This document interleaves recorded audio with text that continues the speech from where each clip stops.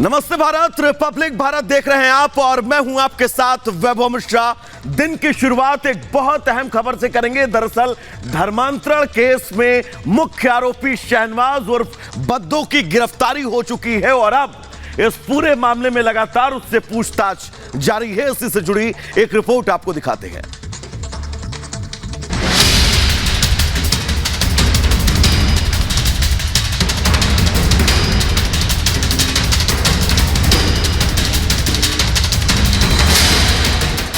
Online धर्मांतरण का mastermind गिरफ्तार। महाराष्ट्र से दबोचा गया आरोपी शहनवाज उर्फ बद्दो।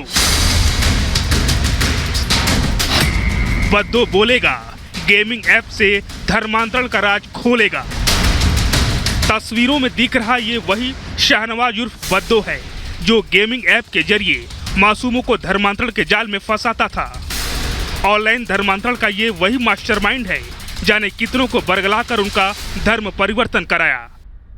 लेकिन गाजियाबाद का मामला सामने आने के बाद इसकी करतूत परत दर परत खुलती गई और इसकी तलाश शुरू हो गई। पिछले एक हफ्ते से गाजियाबाद पुलिस इसे तलाश रही थी। इसे दबोचने के लिए महाराष्ट्र के पुणे से रायगढ़ तक दबिश दे रही थी और आखिरकार कानून के हाथ इसके गिरेबान तक पहुंच गए। रायगढ़ के अलीबाग से बद्दो को गिरफ्तार किया गया है। गिरफ्तारी के डर से अलीबाग के एक लॉज में छिपा था।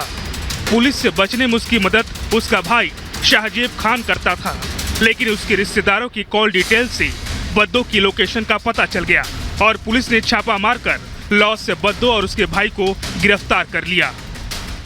ऑनलाइन गेमिंग ऐप के द्वारा धर्मांतरण करने का मुख्य आरोपी बद्दो उर्फ शहनवाज मकसूद खान, जिसे आज गिरफ्तार कर लिया गया है। इसके अलावा खबर ये भी है कि बद्दो अकेला गिरफ्तार नहीं हुआ, इसके साथ दो और इसके साथ ही गिरफ्तार हुए हैं जिन्होंने शहनवाज उर्फ मकसूद खान बद्दो को सिम कार्ड दिया था और उसके भागने में मदद भी की थी। अब देखना ये होगा कि शहनवाज उर्फ बद्दो क्या अकेले ही इतने बड़े सिंडिकेट को काम अंजाम दे रहा था, क्या अकेले ही इस गेमिंग ऐप के जरिए धर्मांतरण में लिप्त था, या इसके पीछे कोई और भी ताकतें हैं, यानी कि किसी और के हाथ में रिमोट है। ये पूछताछ के बाद ही साफ हो सकेगा।